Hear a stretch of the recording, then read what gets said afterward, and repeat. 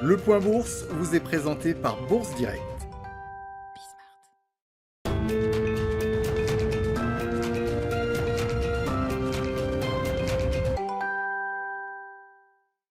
Bonjour à tous, la tendance est à la hausse ce matin sur le CAC 40. L'indice parisien reprend un peu plus de 0,6% après une clôture en recul de près de 1% hier soir. Les investisseurs qui attendent aujourd'hui la publication du compte-rendu de politique monétaire de la Fed afin d'analyser dans le détail les discussions qui se sont tenues lors de la réunion des 15 et 16 juin dernier et qui ont abouti à l'annonce d'un potentiellement relèvement des taux de la Fed en 2023. On note en attendant que la prudence domine sur les marchés. Les rendements obligataires continuent à se détendre. Le taux à 10 ans américain est à 1,36% ce matin, tandis que l'OAT à 10 ans français recule lui à 0,06%.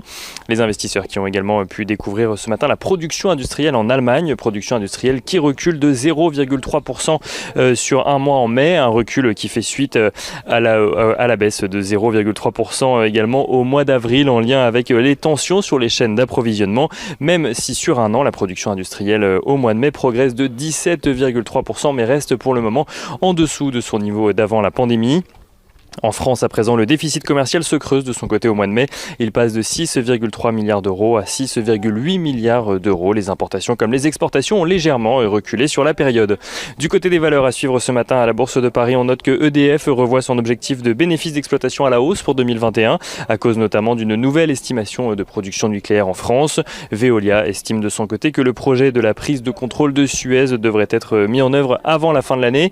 Les mois de novembre et de décembre sont évoqués. Le groupe prévoit par ailleurs une augmentation de capital de 2,5 milliards d'euros en fin d'année pour la financer.